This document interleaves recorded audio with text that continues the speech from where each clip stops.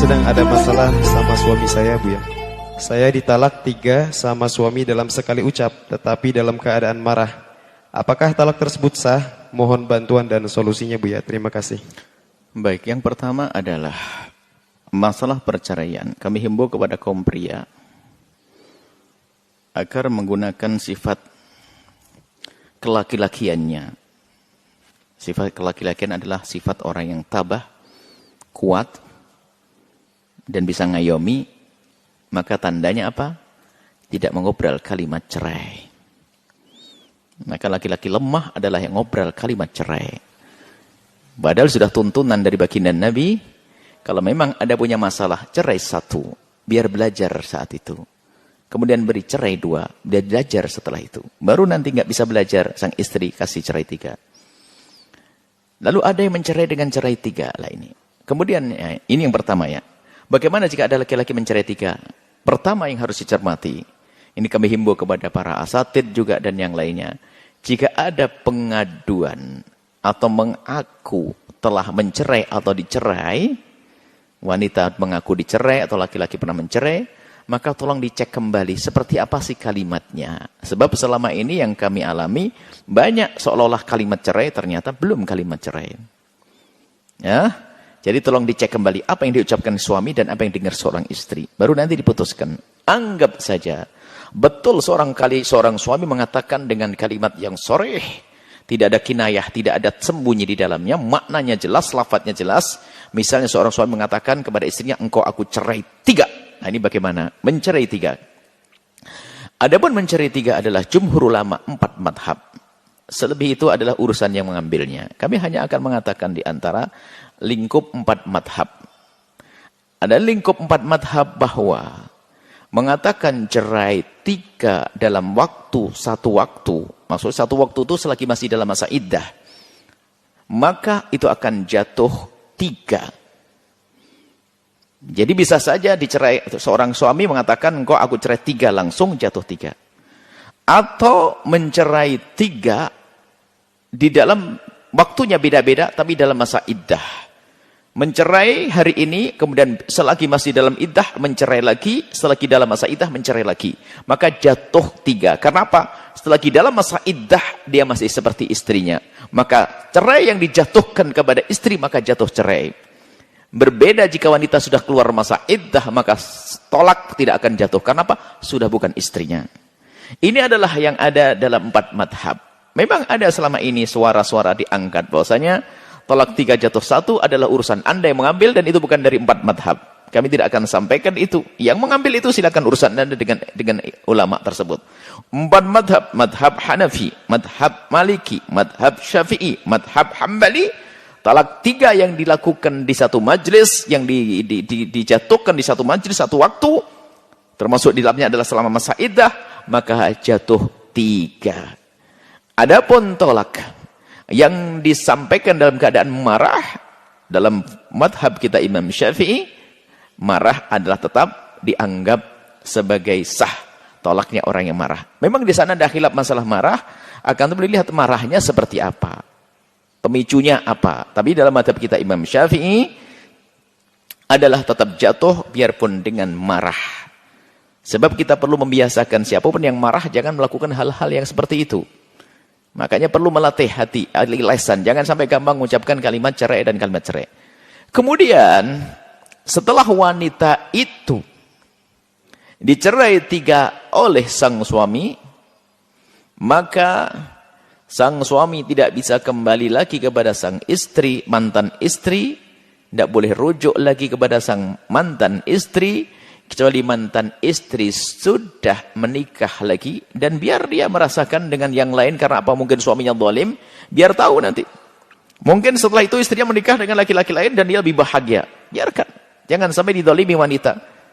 Nggak boleh dolim kepada wanita di bawah rengkuannya. Didolimi, diseksa, dipukuli. Nggak boleh.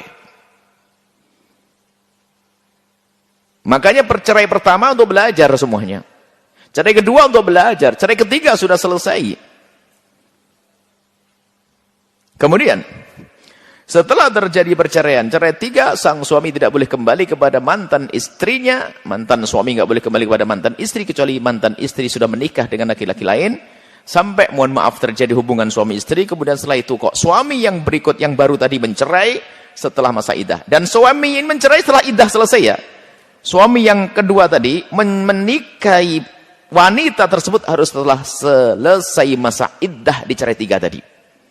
Kalau dia orang hamil sampai melahirkan, kalau dia orang punya haid adalah 3 kali suci, seperti itu. Kemudian dalam mazhab Syafi'i, kemudian setelah dinikahi oleh laki-laki lain, lah kok laki-laki mencerai dia dan sudah berhubungan, maka setelah itu wanita ini boleh kembali kepada mantan suaminya yang pertama setelah masa iddah nikah dengan mantan suaminya, dan setelah itu hitungan tolaknya masih utuh 3, balik lagi 0. Di sini baru balik lagi 0. Tapi kalau cerai 1, wanita dicerai 1, kemudian masa iddah selesai, belum kembali, belum rujuk, maka nikah lagi, maka dihitung 1, tinggal 2 lagi. Yang kembali 0 adalah setelah selesai talak 3, kemudian ada muhalil, istrinya, mantan istrinya menikah lagi, lalu kembali lagi, dicerai lalu kembali lagi, maka 0 lagi itu talaknya, masih 3. Kemudian yang lebih penting dari itu semua adalah kepada siapapun, kadang subhanallah, begitu mudahnya melakukan. Beberapa waktu yang lalu ada sebuah pertanyaan menyedihkan. Ribut saja, akhirnya selesai cerai. Setelah cerai hubungan sampai hamil. Astagfirullah, gila. Waktu suami istri ribut, setelah cerai malah melakukan zina. Ayo. Takutlah kepada Allah. Maka siapapun hati-hati di dalam urusan perpisahan. Wanita minta cerai karena suaminya zalim, oke. Akan tapi ketahuilah, apakah setelah sendiri mampu menjaga kehormatan kemuliaannya? Kadang naudzubillah, mempunyai suami memang katanya tidak indah dan sebagainya. Dan di saat tidak indah memang biasanya urusan-urusan hubungan pribadinya, urusan pribadinya teredam karena dikuasai oleh marah dan emosi. Tapi setelah menjanda, naudzubillah, bisa saja bangkit syahwat lalu melakukan kehinaan, zina yang hina, naudzubillah. Hati-hati. Jadi pasca perceraian itu harus dipikirkan, khususnya para wanita. Jangan gampang minta cerai. Yang perlu dipertimbangkan adalah setelah dicerai, apakah mampu menjaga kehormatannya atau tidak. Hati-hati. Banyak kejadian-kejadian subhanallah. Setelah menjanda, tak taunya subhanallah, melakukan zina. Innalillah. Kehinaan dan kehinaan. Semoga Allah menjaga semuanya. Ini adalah masalah perceraian yang harus perhatikan. Perceraian adalah ada dalam Islam untuk solusi. Untuk solusi terakhir, damai, nggak bisa baru cerai. Nggak mungkin orang hidup di saat hati tidak bertemu, nggak bisa saling mengasihi, maka akan tersisa hidupnya. Ada syariat cerai. Tapi bukan dikit-dikit cerai, dikit-dikit cerai. Baik, ini saja mungkin masalah perceraian. Dan semoga Allah menjauhkan kita dari hal-hal yang semacam itu. Dan ingat, yang bercerai, nah kemudian tambahan lagi mumpung. Kemudian perceraian di dalam Islam, itu adalah tasrih bi ihsan.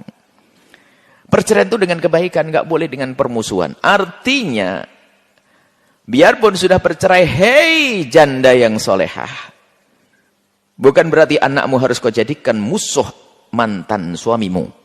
Hei duda yang soleh, bukan berarti anakmu harus bermusuhan dengan ibundanya. Tapi justru dalam perceraian ini harus tasrih bi ihsan, dengan cara-cara baik-baik. Bahkan dalam Islam ada namanya mut'ah. Seorang suami memberikan hadiah kenang-kenangan perpisahan dengan mantan istrinya. Bahkan mungkin bekal, barangkali istrinya mau menikah lagi, dia punya bekal.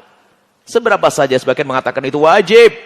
Sehingga dalam perceraian bukan menjadi permusuhan. Memang sebab perpisahan adalah permusuhan mungkin. Tapi setelah berpisah jangan bermusuh. Karena di rumah ada anak. Makanya kisah broken home tidak akan terjadi kepada orang yang punya iman dan ngerti agama, biarpun terjadi perceraian.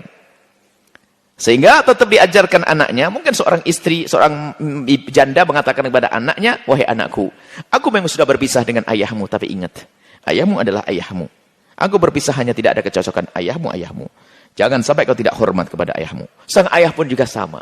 Wahai anakku, aku memang sudah pisah dengan ibumu, tapi ingat, ibumu adalah ibumu, surgamu di bawah telapak tangannya. Oh begitu. Jangan perceraian menjadi sebab permusuhan. Kadang permusuhan keluarga dengan keluarga. Oh, naudzubillah. Sudah bercerai, terputus, anak rusak, keluarga tidak indah, terseksa, neraka lagi, naudzubillah. Di dunia neraka, nasib buruk benar tuh manusia. Di dunia menikah sudah tidak indah, tak taunya di akhirat masuk neraka. Hiduplah yang indah. yang baik, yang benar. Dan semoga Allah memberikan kebahagiaan kepada semuanya. Wallahu a'lam.